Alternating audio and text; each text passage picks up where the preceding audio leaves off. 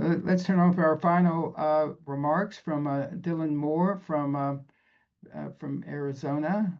Let's get his first slide up there, please, Lindsay. And hear from who's the director of the VIN Centers at Arizona Liver Health. Dylan, thank you so much for joining us. You got it. Thank you, John. Definitely amazing to hear all of these wonderful and innovative programs across the United States. My name is Dylan Moore. I'm the director for Viral Elimination Centers, which is a mobile outreach program under Arizona Liver Health. And want to take this moment up front to recognize the team that we have from our outreach coordinators, our case managers, our prior authorization specialists, our providers, because they are truly the heart and soul of this program and took this concept and have made it a reality. So big shout out to anyone that may be on here, but this team is outstanding and has led us to where we are. All right, so a little bit of background of who we are, what we're doing. So Arizona Liver Health was created in 2017. It was a group of hepatology providers that had worked in transplant hepatology, have decades of work with hepatitis C across the southwestern region, and started this outpatient hepatology program. And so for a landscape 2021, Arizona Liver Health, or not Arizona Liver Health, Arizona received a scorecard of F for the testing and treatment that was taking place across the state for hepatitis C. And that was obviously something that we needed to change. And so ADHS actually reached out to Arizona Liver Health leadership and worked and established an MOU that ultimately provided ALH with 340B status. And with this, so that is our funding source, but very different than a lot of other states. Arizona does not include Medicaid patients in the 340B savings. So limited to Medicare and commercial insurance, which is only about 20% of our patient population. So 80% being Medicaid, as you would expect from the higher need and demand for hepatitis C treatment, is where we put our emphasis and where we really want to focus this program is more in those communities that are unserved, underserved in identification of and elimination of hepatitis C. So for Arizona, somewhere around 90,000 estimated cases of individuals living with hepatitis C. And back around that time in 2021, Arizona Liver Health was the largest treater of hepatitis C in Arizona, but was only treating about 150 people annually in clinic, with another somewhere around 50 individuals in rural areas from consultation. Dr. Manch and Ann Moore actually were some of the individuals and early users of the ECHO program in the Southwest to try to make sure that we were accessing those rural communities, helping providers really work in those areas to treat hepatitis C through that consultation. But with 150 annually, it was obvious that we needed to do something very, very different. And so leadership got together, ultimately deciding and coming up with this program for viral elimination with a primary goal of eliminating viral hepatitis in Arizona and really a big focus on making this community-based. And there's a theme here with these last few presentations, as you can see, really bringing a model to the community, bringing it where people are, ensuring that that access is there for any individual that is ready to engage with us. And so like to bring stories into this. This is Santiago. This is someone that I met at the very beginning of this program.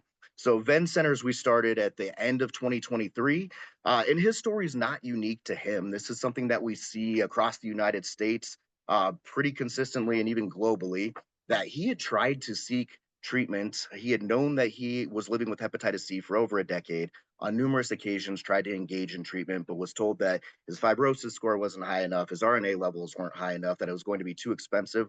And ultimately, he lost faith that he was ever going to be able to be treated and gave up on actually engaging with providers at that time. So Arizona Liver Health, these are our clinic locations. This is where we're operating for our brick and mortar facilities across the state. So Phoenix, as you would expect, has in the valley around 7 million individuals living in that area. So we have a big emphasis on our clinics there. Up in Flagstaff and then down in Tucson with another somewhere around 1.5 million. And knowing that we were not seeing the elevation that we wanted to see in terms of our engagement, whether it was out in the communities trying to get people to come into the clinic through referral sources or just advertising and education of hepatitis C, we knew that we needed to become much more available. And so these mobile services, and we put a big emphasis on telehealth, with the fact that we knew this would maximize our number of outreach coordinators out in the community. And these are the areas that we're testing across the state on a very regular basis. So this is out whether it's, and we really make sure, so street medicine is where our bread and butter is.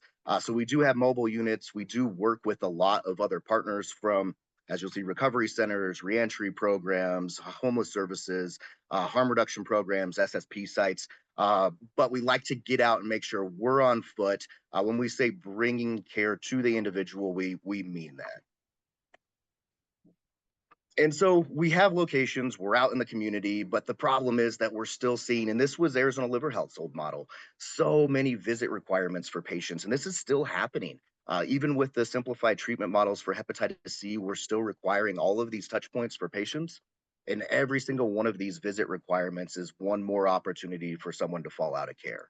So the goal on our end is we wanted to simplify this and make it as easy as possible, knowing that we have very efficacious medications that are very safe with limited side effects, and having the historical treatment and decades of experience with hepatitis C treatment internally, felt very comfortable and confident moving forward with a one visit program. So where whether it's screening or someone knows that they're living with hepatitis C, that we're providing phlebotomy for confirmation in real time. Now also elevated, as mentioned by the other team, with the point of care RNA testing possibility, but then a provider visit, as I mentioned, for telehealth, and that we're getting all the necessary paperwork.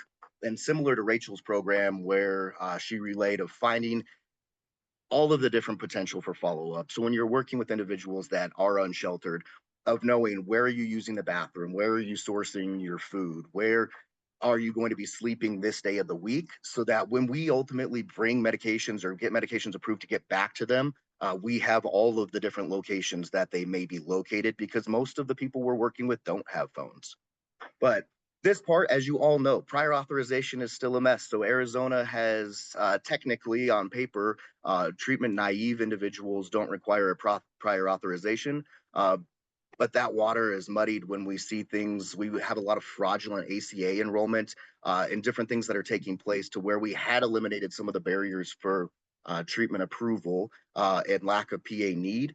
We're seeing this go the other direction. So lots of work to still be done, but on our end, whatever we can do to limit the needs of the patients and take care of this on our end, we're trying to make happen. Case management is something that I could go into for a long period of time with how we actually make this successful with various populations, but it's 10 minutes. So these are some of the locations that we have. This is just examples of where we're at when we're talking about this. The next slide. And as mentioned, collaboration with other organizations, partnerships, relationships are essential, so that we're not only ensuring the success of their hepatitis C test or identification and treatment, but the success in other areas of their life, whether it is substance use disorder or simply housing, transportation, food insecurity, any of those things that we're working together. But as you can see here, some of this is the encampment. We give large presentations at reentry centers, recovery centers. We've got the Cephia that you'll see coming here out of the back of a trunk. I told Cephia that we would put this thing to use, and we certainly have. So we're throwing it anywhere that we can, getting it out into the field, so that we have that real time, not only for individuals that are able to go to the clinic, but truly in the community as well. So these are the numbers just for 2025, and this is our screening. So we do use the OraQuick point of care antibody screening, as mentioned, now elevated with the point of care RNA ability. But the blue highlights individuals that we have found that were brand new cases, previously unknown exposure. And as would be expected and holds true to the numbers, about 40% of people when we're out screening are aware of their hepatitis C status. So recovery centers, harm reduction, guerrilla testing is how we call it, really just out with backpacks. So at gas stations, at bus stops, walking streets, everything that we need to do a visit just in our bags. So true street medicine, but bringing this out into the communities. And we have a very passionate group of outreach coordinators that make this happen on a consistent basis. We would not be successful without them, that is for certain. We also just recently, we were fortunate that the Cephia Gene Experts, our program actually had, from a clinical trial perspective back in COVID, that had just been gathering dust. So the fact that we received FDA approval for the HCV point of care testing this year was amazing. And we just started in April. So these are test up volumes from the beginning of April to about last week. So just over 120 total tests performed. And big takeaways up front that I can relay on a high level, truly the real time awareness of whether or not somebody is going to need treatment, usually about 41 to 45 minutes for those positive results. With HCV RNA detected, and somewhere running that 60 minutes for non detected patients. Um, Something that was pretty alarming to me, or that we saw really quickly, is the number of individuals that were their awareness was that they were living with active hepatitis C and that they were in need of treatment. That ultimately had actually seroconverted and that they were not in need of treatment. And so being able to educate real time was very significant on our end for those, and be able to provide that the education about re-exposure, everything that that entails. But then yeah, truly to be able to have them walk away knowing that they're in a place where they do not need treatment.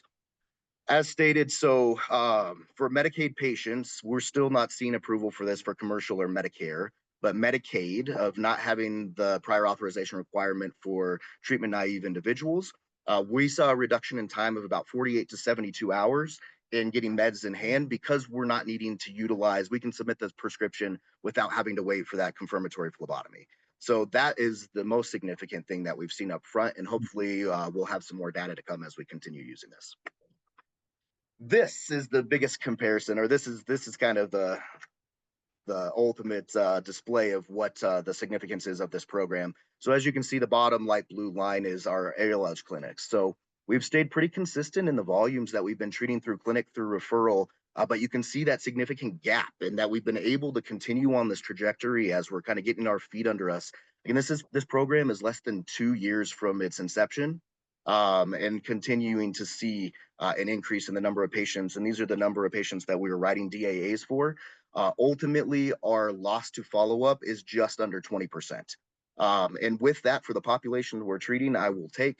Obviously, we want to get that down as close to zero as possible. But these are individuals initiated, engaged, and prescriptions written for treatment, that ultimately and likely would not have sought care otherwise through our standard clinic methods. So uh, goes to show that it is not a one size fits all.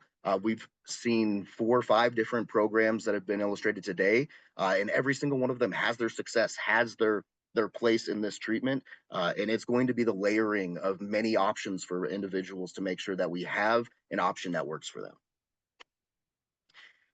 Bringing it full circle, so Santiago, and again, this was at the very beginning, so back in 2023. From meeting him, from the first words that I spoke to him, within about 30 minutes, we had that all completed, from his paperwork, his lab draw, provider visit.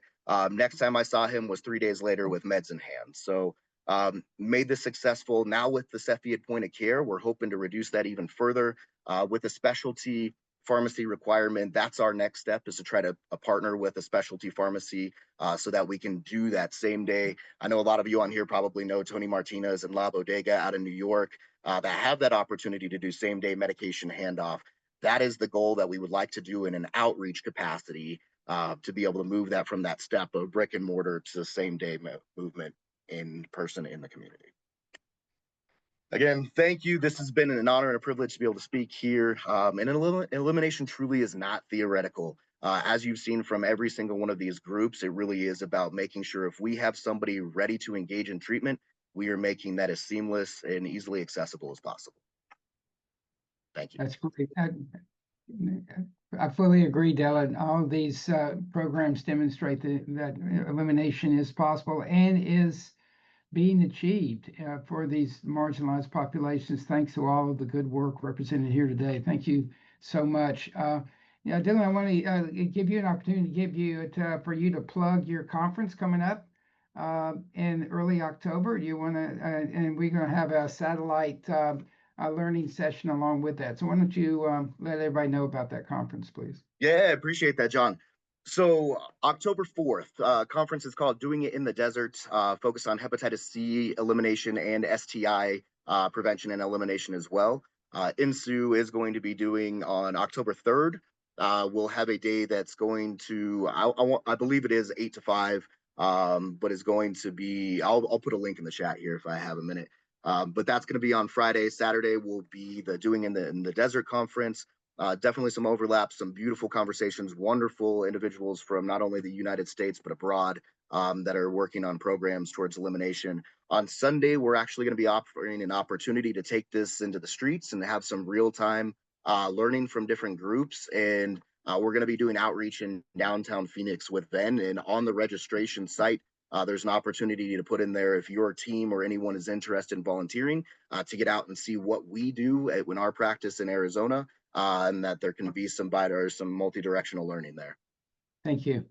Yeah, we really appreciate co-convening those sessions with INSHU. I look forward to participating in the Doing It in the Desert conference, as well as the learning session that will precede it. So please join us if you're able to.